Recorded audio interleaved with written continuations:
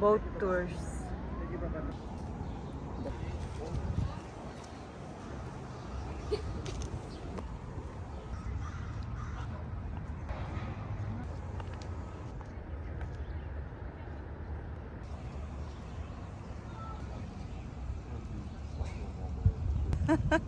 Sige pa.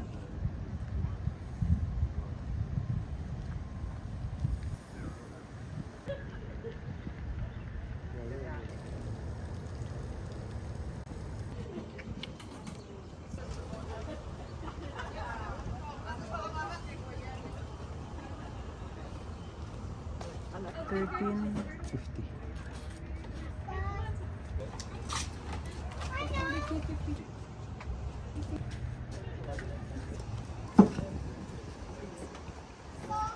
Coming, so you got to sit together, guys. Okay. Happy, you want to sit by mom's?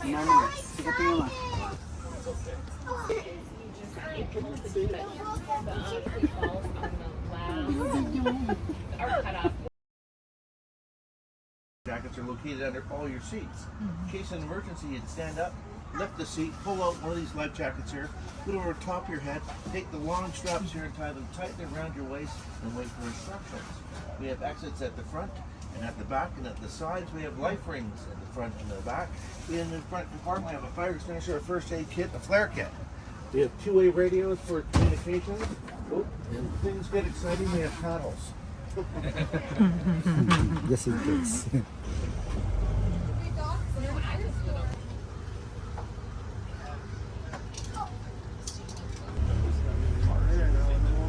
The Assiniboine River to our government buildings, then we'll head out to the Red River to our downtown area and back. Have any questions? I'll do my best to answer for you. Toronto. Guys, you know, or Winnipeg? Winnipeg? Very near, close. Close. 16 hours, yeah.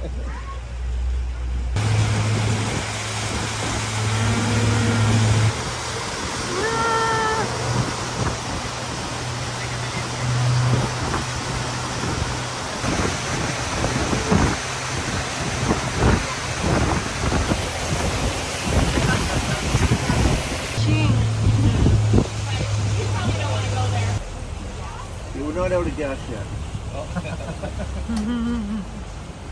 Well, and they represent different water levels here in the city of Winnipeg.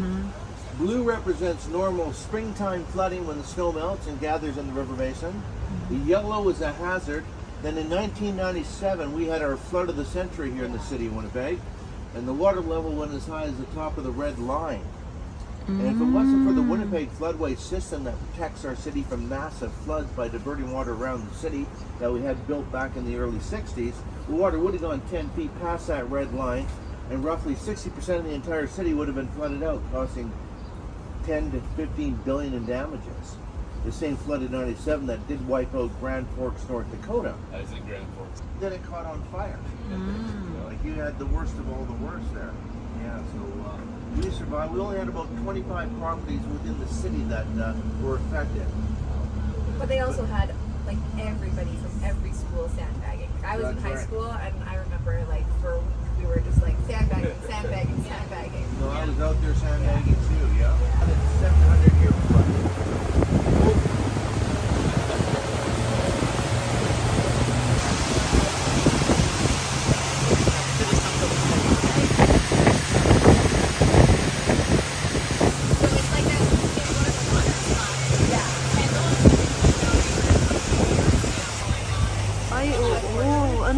What's on top of that? Gold. Gold? All right, on the right-hand side of the river here is the Manitoba Legislative Buildings, the seat of power for the province of Manitoba. They took 7 years to build, and they're completed in 1920. Replacement cost is over $1 billion. On the very top of the building is the Golden Boy statue. He's 16 feet tall. He's 24 karat plated gold. Oh, wow. And he points to the north, representing the economic prosperity of the north, which was mining, hydroelectricity, and lumber. And he carries a wreath of grain in his left hand, representing the agricultural base of the southern part of the province. And he was a gift from the people of France to the people of Manitoba because of strong French presence here in the city and the province. and also the The French like golden giving away boy. statues. We have a statue of a man called Luriel. And Luriel was a Métis, and a Métis is a person. And he in federation with the rest of Canada in 1870, considered very much the father of our province. When the city planners and elders were designing this building back around 1910, before it was being built, Winnipeg was undergoing a massive boom during those years. So they thought that Winnipeg was going to become in all four provinces. Today, Winnipeg is just under 800,000, and Calgary and Edmonton are 1.2.3 million, and Vancouver is 3 million. But we did end up with one of the nicest and largest legislative buildings in Canada. And it was also designed and built by the Freemasons.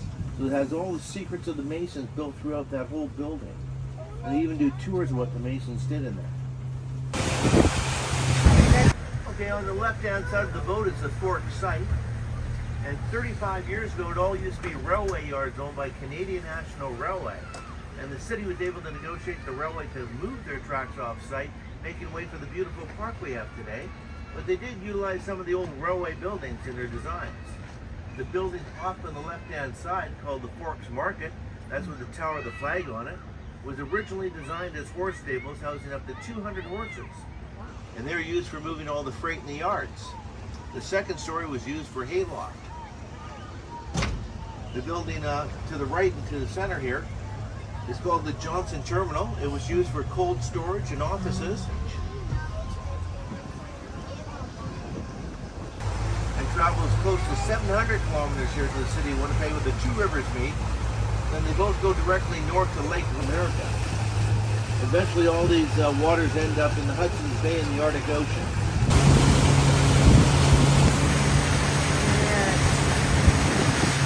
Canadian Human Rights Museum.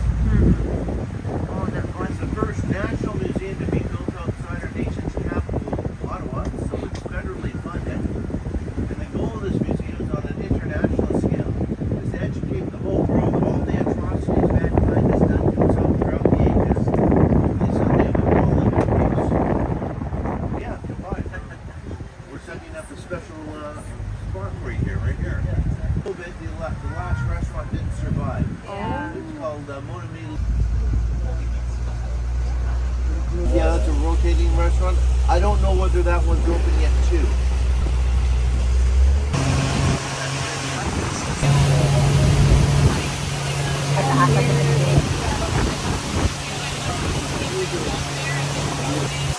Old bridge. Old bridge.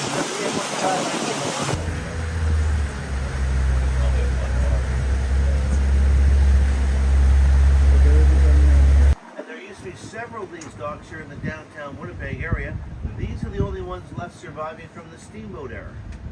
And the Steamboat era is about 1850 to about 1900.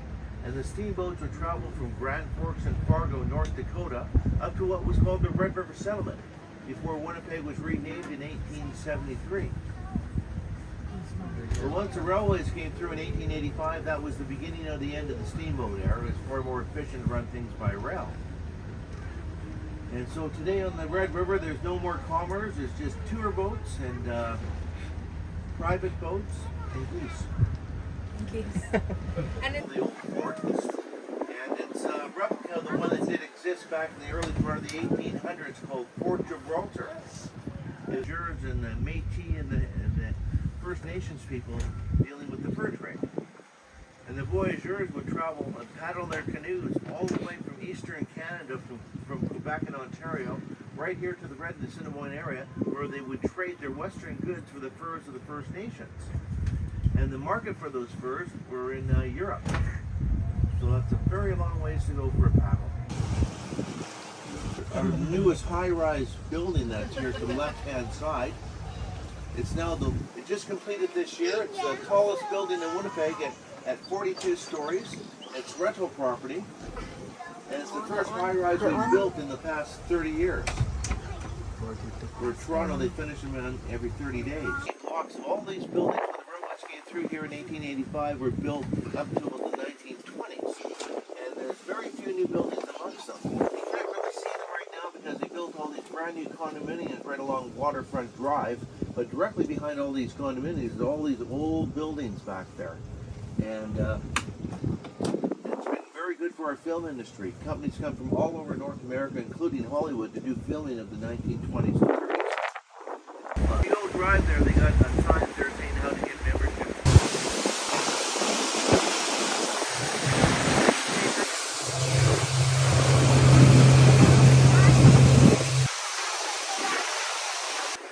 And this basilica, it burnt down in 1968.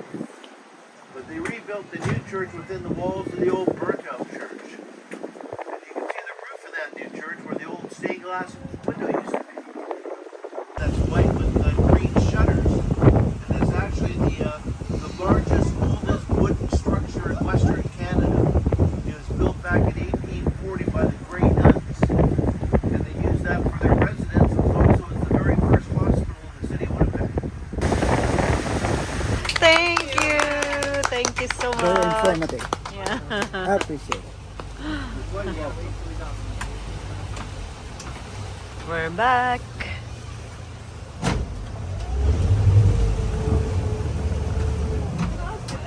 Oh yeah. We'll just Yeah. get tied up here. Thank you.